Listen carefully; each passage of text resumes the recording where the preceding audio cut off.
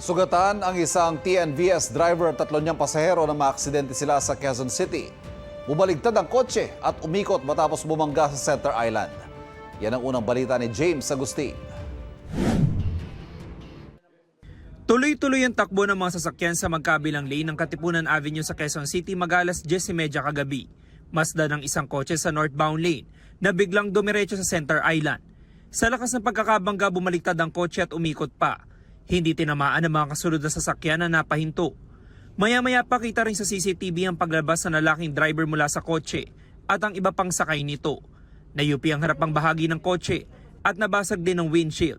Ayon sa mga rumesponding taga-barangay, sakay ng kotse ang 44 anyo sa lalaking TNBS driver at 3 babaeng pasahero. Yung driver, tumamo siya ng mahabang sugat sa ulo.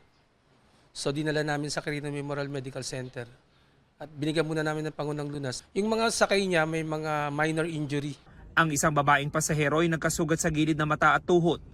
Nasaktan din ang 2 pang pasahero na nagtamo ng bukol sa ulo at iniinda ang pananakit ng dibdib. Magkakatrabaho ang 3 na galing Mandaluyong at pauwi na sana sa Quezon City. Naakala ko na naginip lang ako na parang gumugulong ako. Tapos pag ayun na, nagsisigawan na kami 3 sa loob. Paano kayo nakalabas? Gumapang kasi may usok siya saka parang amoy gas, amoy kuryente, parang gano'n. Before noon, along Katipunan, muntik na rin kaming bumangga. Hindi na nakunan ng pahayag ang driver pero base sa kanyang salaysay sa mga taga-barangay. Tinanong namin siya kung ano yung saninong pagkakabangga niya. Sabi niya lang, napapikit siya dahil sa kakulangan ng tulog, parang gano'n. So hindi naman siya under ng alak, implements ng alak. Dahil sa aksidente, mahigit 1 oras na gimabagal ang usad ng mga sasakyan sa northbound lane ng Katipunan Avenue. Inimbestigahan ng QCPD Traffic Sector 3 ang insidente.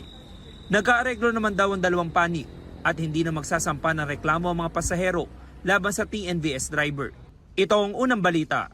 James Agustin para sa GMA Integrated News. Kapuso, huwag magpapahuli sa latest news and updates. Mag-iuna ka sa balita at mag-subscribe sa YouTube channel ng GMA Integrated News.